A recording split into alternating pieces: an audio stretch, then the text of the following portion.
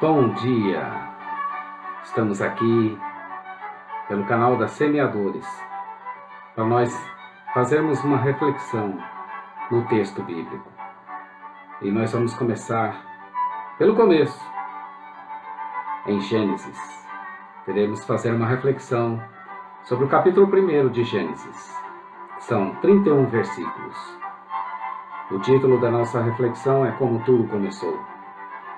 Isso está em nosso post diário, que você encontrará em nosso blog no Jamais Desista. Como tudo começou? Sim, estamos aqui nessa terra, e isso tudo veio do acaso? Há propósitos na criação?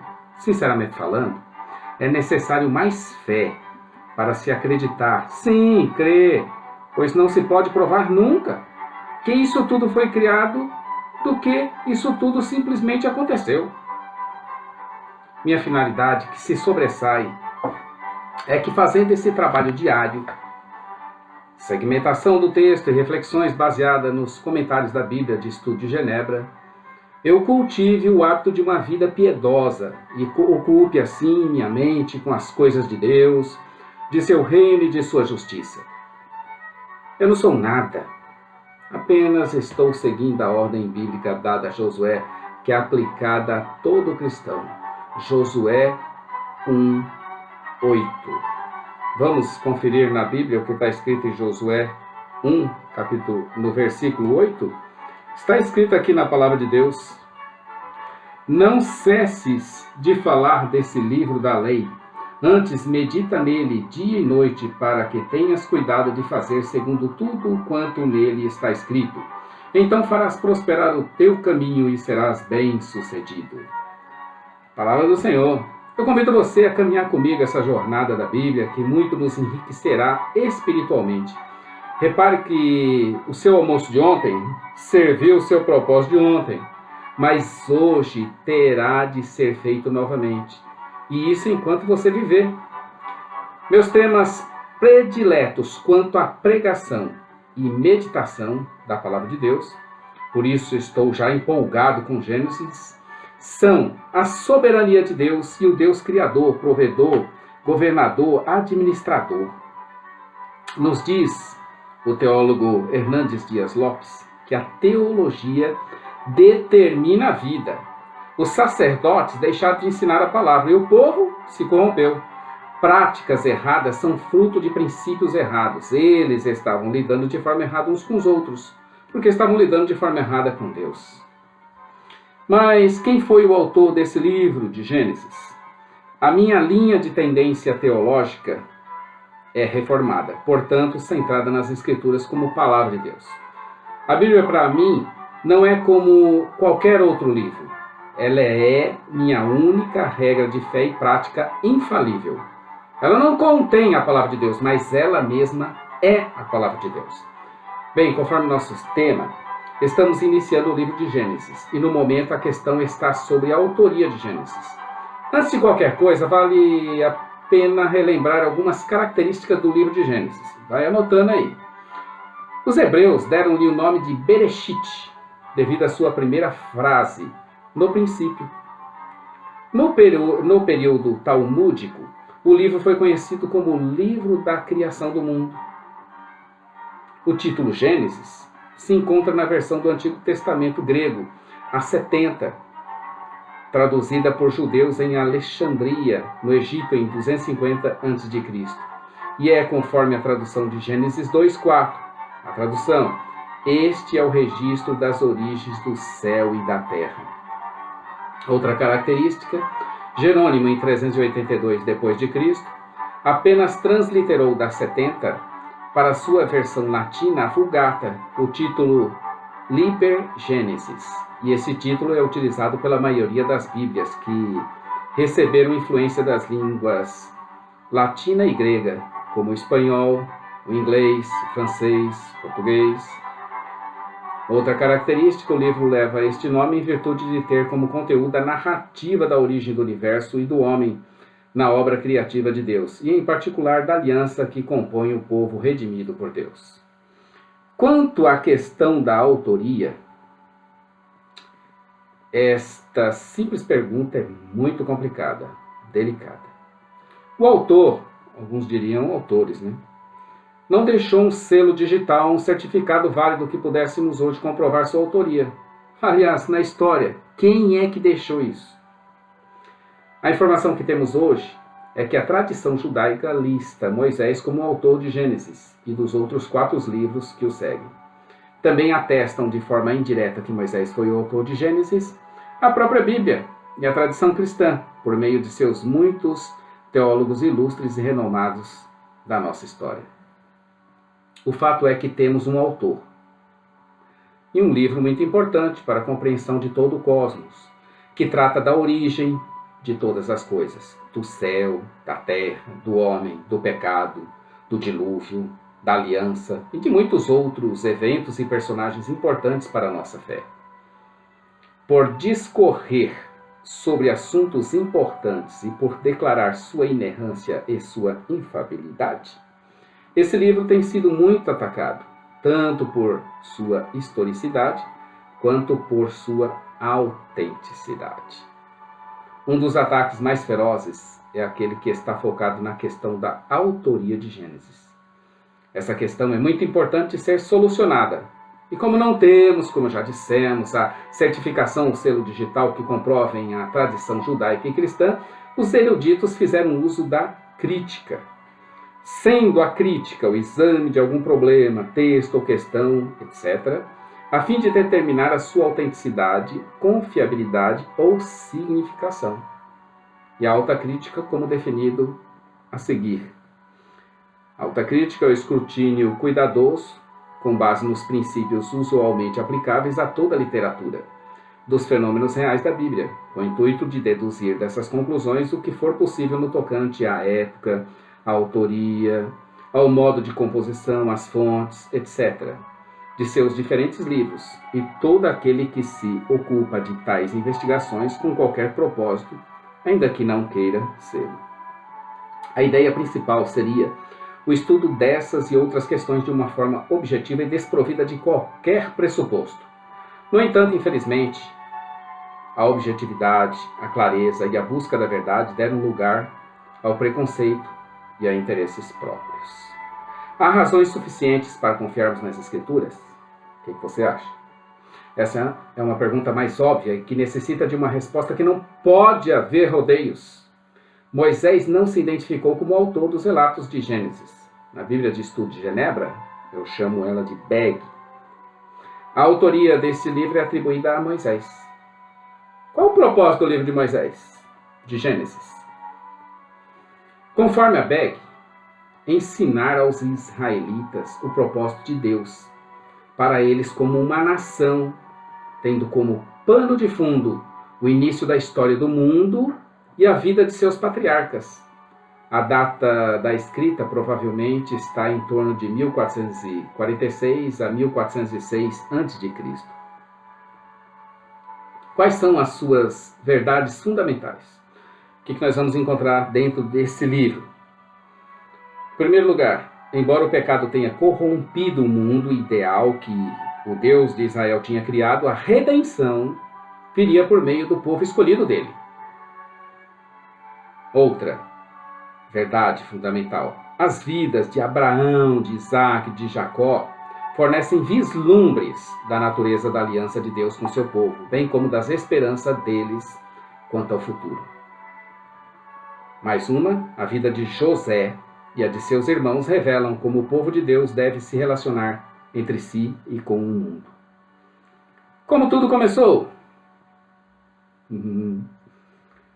Querido, tudo começou com Deus, que, querendo criar todas as coisas, criou os céus e a terra e tudo que neles há, inclusive você que está aí.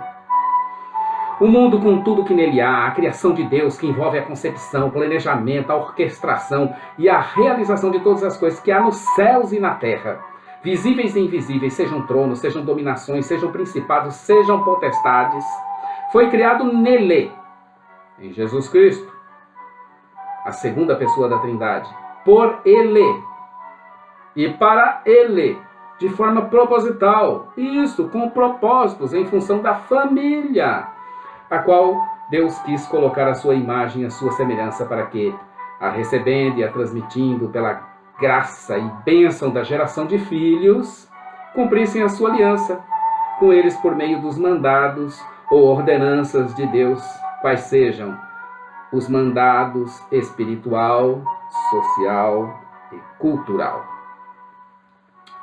Querido, no princípio era Deus. Antes do mundo, do universo, da criação, do próprio tempo e do espaço, somente existia Deus.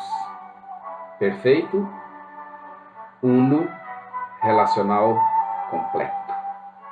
Por ser perfeito, uno, relacional e completo, ele era e é e sempre será soberano, sábio e bom em tudo o que faz ou que ele permita que se faça. É soberano, único soberano. 1 Timóteo 6,15, Apocalipse 6,10. Faz o que quer, quando quer, da forma que quiser, com quem quiser. Quem é que vai lhe pedir contas? É sábio, seus atos são feitos com sabedoria, guardam propósito, finalidade e inteligência. Salmo 104, 24, Provérbio 3, 19. Então, em tudo que Deus faz, existe um selo de sabedoria. Ele também é amoroso, justo, bom e misericordioso. Sua motivação maior em tudo o que faz é o amor, seguidos da sua justiça, bondade e misericórdia. Sendo soberano, sábio e bom, Deus é justo, é verdadeiro, está no controle, nada acontece por acaso.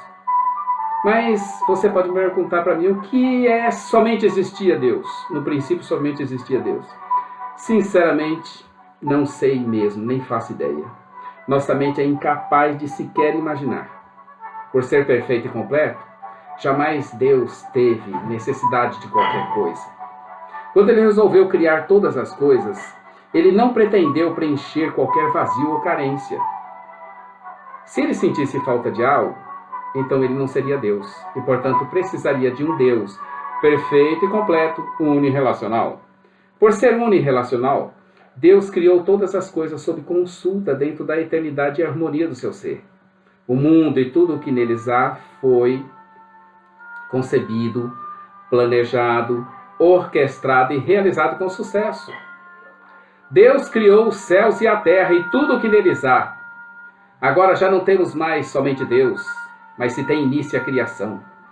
Resumidamente, a criação foi da seguinte maneira, conforme os dias da criação. No primeiro dia, a luz, no segundo, firmamento e céus, no terceiro, a terra e mares, plantas, no quarto, sol, lua e estrelas, quinto, seres viventes aquáticos, terrestres e celestes, os peixes e as aves, no sexto dia, os animais domésticos, selváticos e os répteis, por último, o homem e a mulher. Descansou finalmente no sétimo dia, abençoou e santificou o dia sétimo.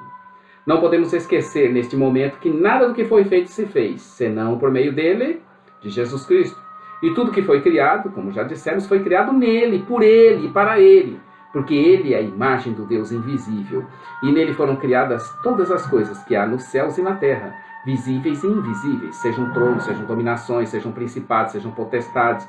Tudo foi criado por ele e para ele. João 1:3, Romanos 11:36, Colossenses 1:15 e 16. A criação, meu querido, reflete o seu Criador, como um espelho reflete a nossa imagem. Por isso que o escritor de Romanos, Paulo, fala em Romanos 1, que os homens são indesculpáveis diante da criação. Agora temos Deus e a criação. Vamos imaginar em nosso estudo que ainda ele não tenha criado nem o homem nem a mulher. Toda ela, exceto o homem e a mulher.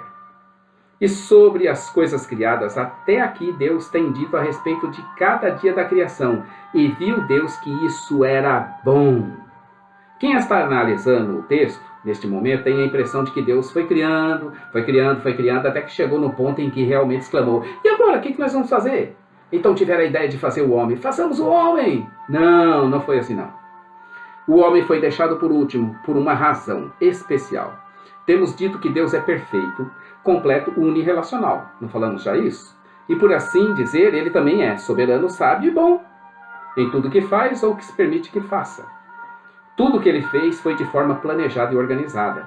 É como se Deus tivesse feito assim, ó.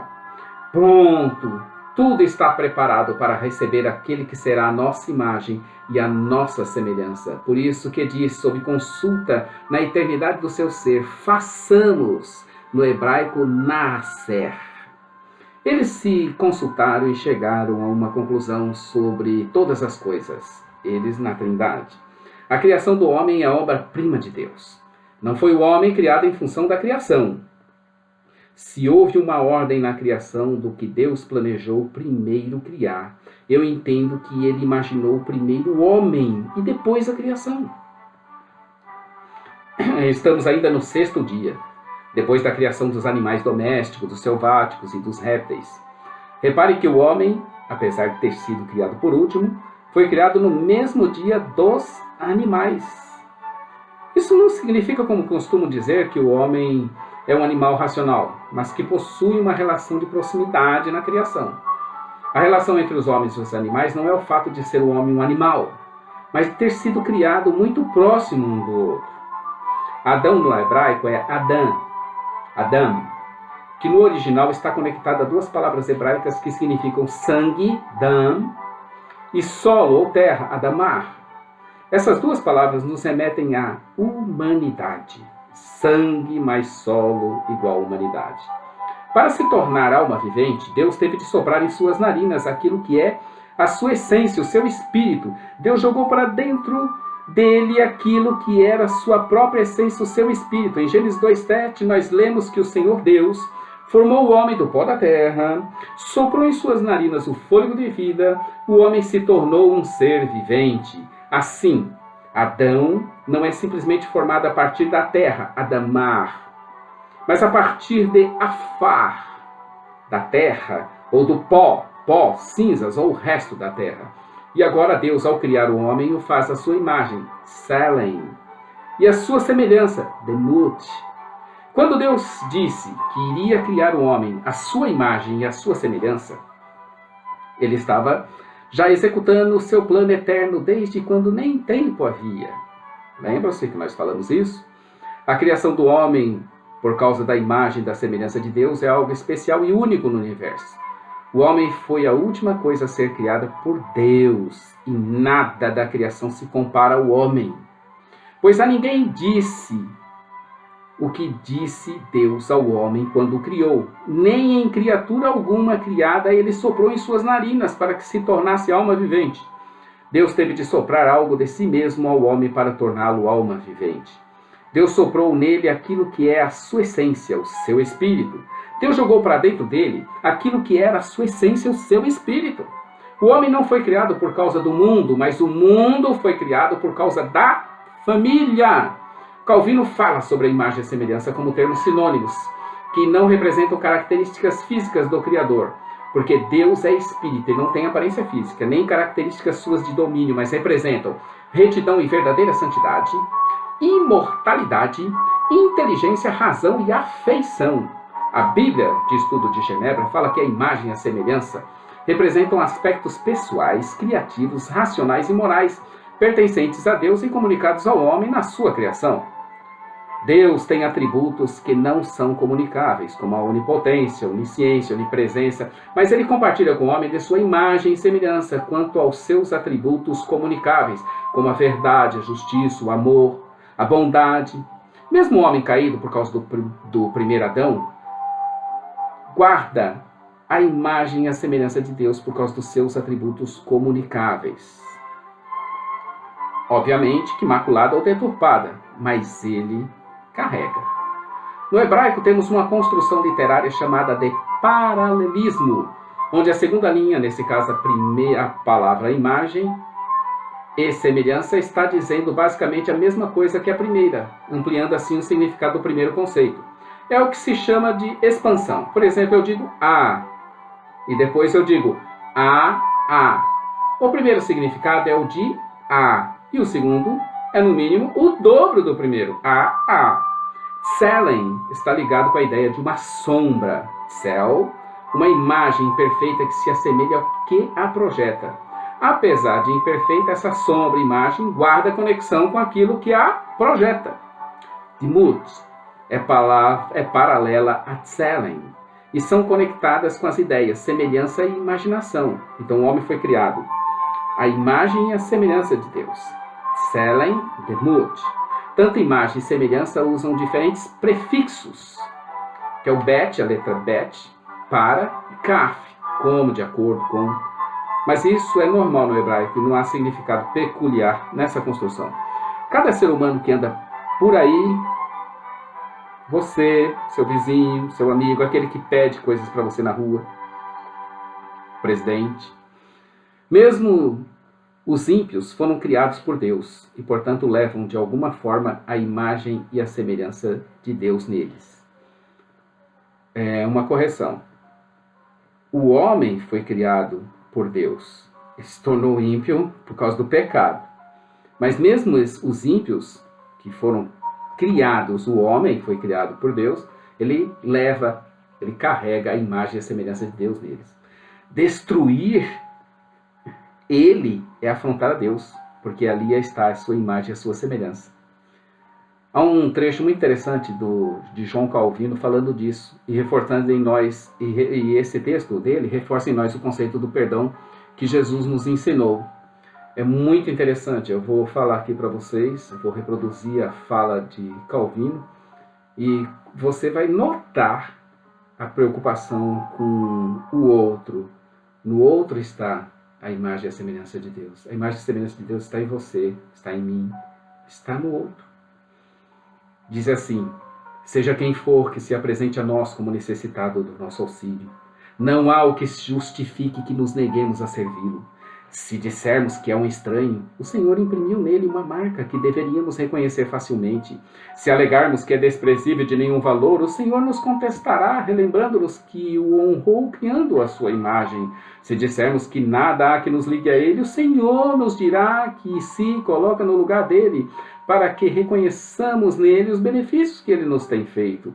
E se dissermos que ele não é digno de que demos sequer um passo para ajudá-lo, a imagem de Deus que devemos contemplar nele é digna de que por ela nos arrisquemos com tudo o que temos. Mesmo que tal homem, além de não merecer nada de nós, também nos fez muitas injúrias ultrajantes, ainda assim, isso não é causa suficiente para que deixemos de amá-lo, agradá-lo e servi-lo. Porque se dissermos que ele não merece nada disso de nós, Deus nos poderá perguntar: o que é que nós merecemos dele? E quando ele nos ordena que perdoemos aos homens as ofensas que nos fizeram ou fizerem, é como se o fizéssemos a ele. A referência é Mateus 6, 14, 15, 18, 35, Lucas 17, 3. Agora, de fato, tudo está criado e Deus irá descansar de seu trabalho no 7º dia, nos ensinar com isso o descanso de um dia da semana como nosso Shabat. No hebraico, os dias da semana não recebem nome, exceto o 7º dia, que é o Shabat. Os demais dias são 1º dia, 2º dia, 3º dia, 4º dia, 5º dia, 6º dia. Uma curiosidade, com relação ao 6º dia. Em hebraico se pronuncia Yom Shishi. E o 7º, Yom Shabat. O Shabat, pois, está relacionado com as ideias de cessar, descansar, sentar-se. Gênesis 2, 2, 3 diz assim: e havendo Deus acabado no 7º dia a obra que fizera, descansou no 7º dia de toda a sua obra que tinha feito. E abençoou Deus o dia 7º e o santificou, porque nele descansou de toda a obra que Deus criara e fizera. Repare que Deus, com relação ao Shabat, o abençoou, o santificou e descansou de toda a obra que criara e fizera. Quando ele completou a sua obra com a criação do homem, ele olhou tudo o que tinha feito e agora ele diz: não mais. E viu Deus que isso era bom. E sim, viu Deus que isso era muito bom. Tov meod no hebraico. Bom, aqui no sentido de ser perfeito e completo, como Deus queria ter feito mesmo. A sua criação estava completa. Repare que somente Deus pronunciou isso depois da criação do homem. E depois da confirmação de suas bênçãos, Gênesis 1, 28, sobre os seres humanos e os animais. O muito bom não tem sentido apenas de concluir a sua obra, mas refere-se mesmo à criação do homem. Com relação a essa bênção, ela nos traz a ideia de crescimento e expansão. É mesmo costume chamar, seja frutífero e multiplique-se, de mandamento, mas o fluxo natural do texto parece apontar para isso como sendo uma descrição da bênção dada. O hebraico berach pode literalmente significar ambos, abençoar ou ajoelhar-se. Não está claro qual desses dois significados veio primeiro. É interessante que na Bíblia hebraica o verbo berach, abençoar, é frequentemente posto lado a lado do verbo arar, amaldiçoar. Esse verbo arar está intimamente conectado à ideia de ligação e limitação ou restrição. Por essa razão, pelo menos aparente, berar carregaria o significado oposto, ou seja, de liberdade, ou sendo liberto. Isso significa, pois, que a bênção, no caso, liberta. A bênção expande. A bênção fornece um caminho mais largo. Uma vez que Adão e Eva, a família, são abençoados por Deus, eles são libertados para cumprirem o seu propósito magnífico dos mandados de Deus, quais sejam cultural, o social e o espiritual, no qual exerceriam o domínio de amor e carinho sobre a ordem criada, sendo férteis e aumentando em número, preenchendo assim a terra e dominando-a. Se a criação reflete o seu Criador, como um espelho reflete a nossa imagem, como havíamos dito, e agora com a criação do homem, sua obra-prima, o que ela toda reflete? Agora sim, os homens são mais indesculpáveis diante da criação. Quero lembrar aos queridos que em nossa prédica, em nossa palavra, em nossa reflexão, ainda não houve a queda, nem a tentação da serpente, por inveja do homem. Ela quis usurpar o trono de Deus, tornando o homem seu adorador, para ser antes a sua imagem, a sua semelhança. Ao soprar em suas narinas o fôlego de vida, e ao colocar no homem e na mulher a sua imagem, a sua semelhança, e ao prescrever suas bênçãos, os libertando, como dissemos, para cumprirem os seus mandados de domínio, de crescer, de multiplicar, de não comer do fruto da árvore do conhecimento do bem e do mal, ele estava criando e institucionalizando, sabe o quê? A família. A família. E dando a ela papéis a desempenhar de vice-gerentes do mundo criado. Adão e toda a humanidade em geral foram criados com um objetivo particular. Eles deveriam exercer um domínio redentivo sobre peixes, sobre aves, sobre gado, sobre a terra e todos os répteis. Lembram disso? O verbo irdo em Gênesis 1:26 não é um verbo normal para a ideia de regra. Em vez disso, na maioria dos contextos, ele conota um exercício rígido, influência e mesmo domínio. A criação de Deus precisava de um gerente que colocasse a mão na massa, ou melhor ainda, a criação de Deus precisava de um rei amoroso e altruísta. A ideia de Adão ali no Jardim do Éden é símbolo da beleza máxima, que precisava de uma liderança de um filho de Deus. A ideia de filho de Deus na Bíblia hebraica denota essencialmente realeza, que significa ser apontado por Deus para governar. Salmo 2, 1 Pedro 2,9, nos diz que nós somos essa geração eleita, sacerdócio real, nação santa, povo de propriedade exclusiva de Deus, cujo propósito é proclamar as grandezas daquele que vos convocou das trevas para a sua maravilhosa luz. Ora, já que somos filhos, somos sacerdotes. Já que somos sacerdotes, somos realeza. Já que somos realeza, temos um papel, uma finalidade, uma missão. Quando Lucas descreve a genealogia de Jesus indo até Adão, reparem, são 77 gerações desde o primeiro ao último Adão. Lemos que Adão não era somente o filho de Sem, e Sem de Noé, e Noé de Lameque. E Lameque de Matusalém, Matusalém de Enoque, Enoque de Jarete, Jarete de Maleleel, e Maleleel de Cainã, e Cainã de Enos, e Enos de Sete, e Sete de Adão. Mas também era filho de Deus, Lucas 3, 36b, 38. Mas também era filho da realeza, mas também era filho que estava ali para governar. O filho tinha um papel, uma finalidade, uma missão. era aliança, o pacto de Deus com homens, e eles dariam filhos. Oh, glória! Ter filho, querido, é um privilégio, uma graça divina sem comparação. Pela geração de filhos, uma dádiva sem igual ao homem. Ele estava permitindo que a família procriasse e gerasse deles mesmos seres à sua imagem e à sua semelhança, com um diferencial do primeiro que foi gerado. Agora, o casal poderia gerar filhos que fossem à sua imagem e à sua semelhança também no aspecto físico e no aspecto de domínio. Queridos, foi Deus quem criou a família. Deus criou a família e abençoou e disse para crescerem e multiplicarem. Isso não era opção, mas ordem, mandamento. No hebraico, mitzvah, no singular. No plural, mandamento é mitzvot, é plural e significa mandamentos. Sabe quantos mandamentos há na Torá? Há 613 mitzvot, 248 positivos e 365 negativos. Uma curiosidade, os ossos do corpo humano são 248. E os dias do ano? Exceto o ano bissexto, 365 dias. Outra curiosidade que está relacionada à gematria da palavra Torá. A gematria da palavra Torá dá 611.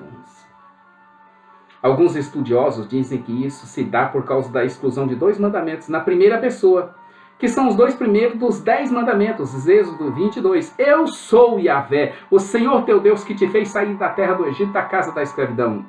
Não terás outros deuses além de mim, não farás para ti nenhuma imagem.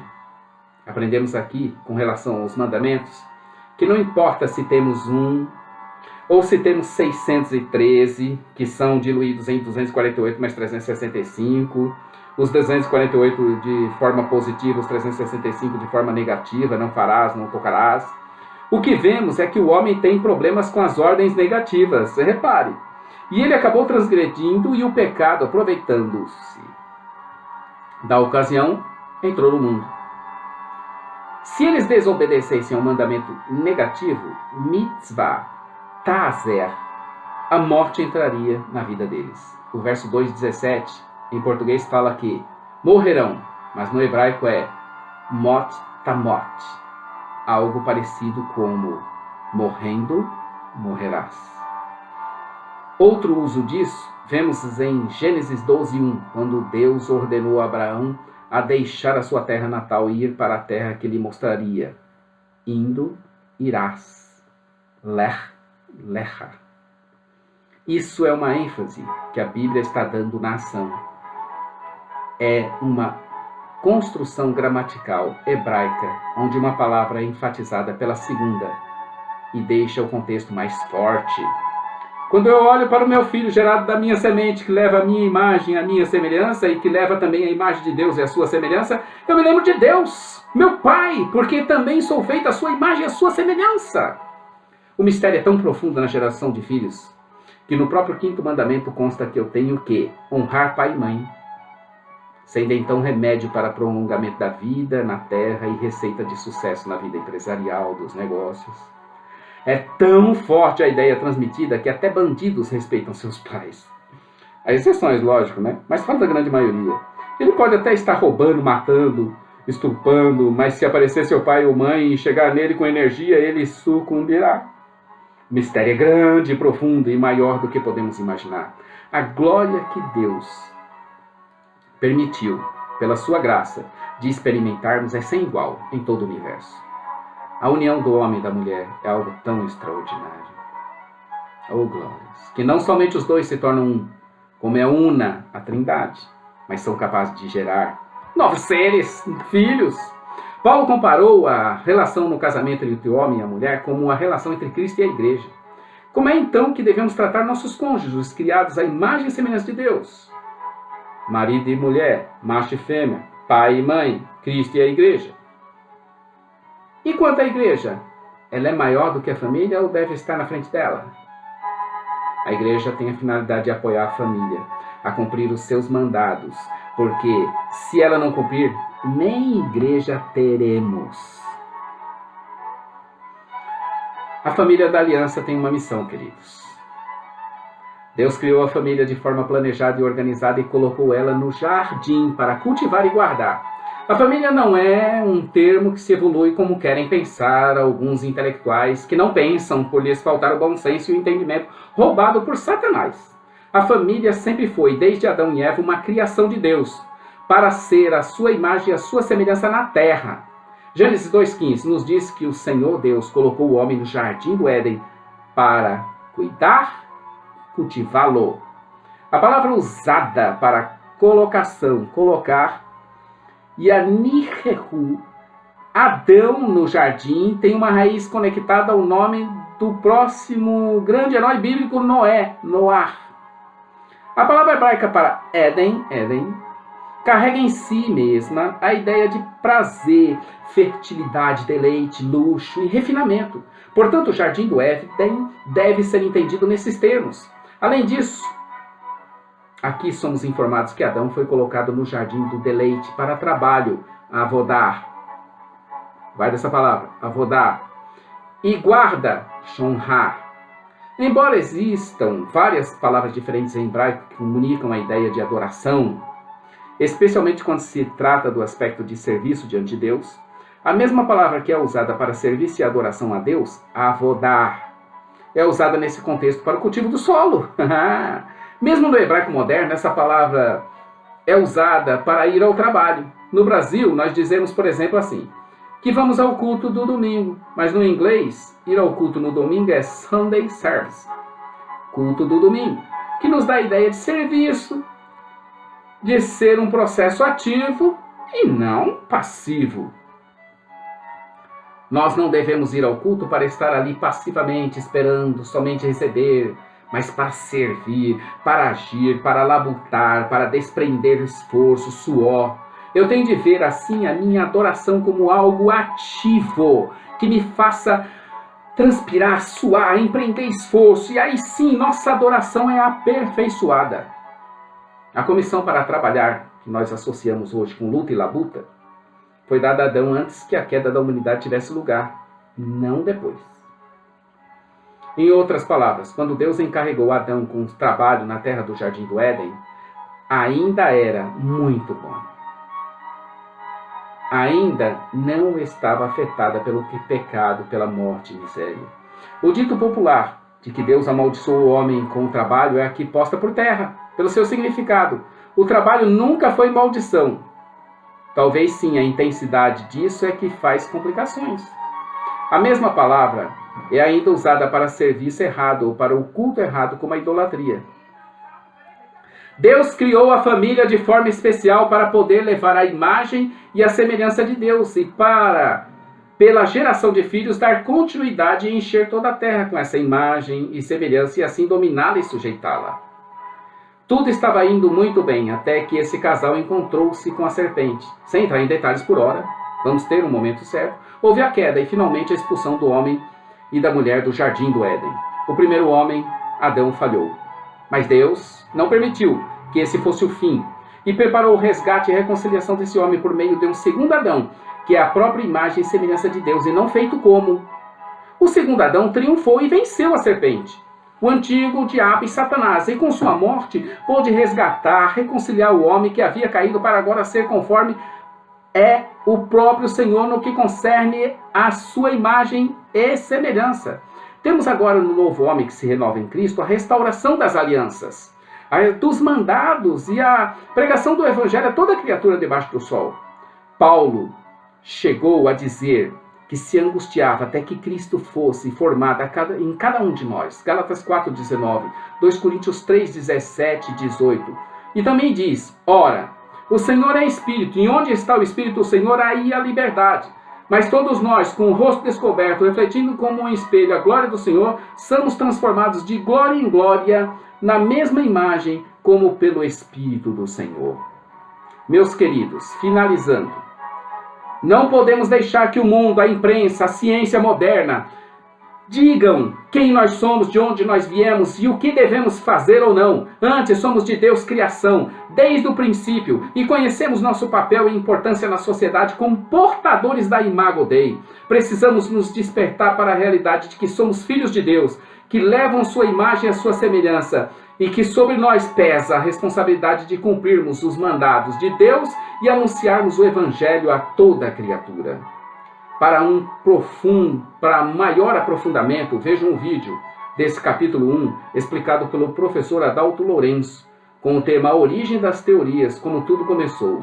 É muito interessante, está no endereço do YouTube, você pesquisa lá A Origem das Teorias, como tudo começou. No meu site, no blog, www.jamaisdesista.com.br, você vai encontrar esse texto escrito com as palavras em hebraicos, todo preparado para você. Eu agradeço a oportunidade, eu te abençoo em nome de Jesus por esse dia. Que Deus seja conosco, hoje e sempre. Amém. Amanhã estaremos aqui novamente, já fazendo reflexão sobre o capítulo 2 de Gênesis. Todo dia, uma nova história. É a semeadores semeando a mensagem de Deus, semeando a mensagem para o seu coração, semeando mensagens de vida. Eu te abençoo em nome de Jesus. Amém.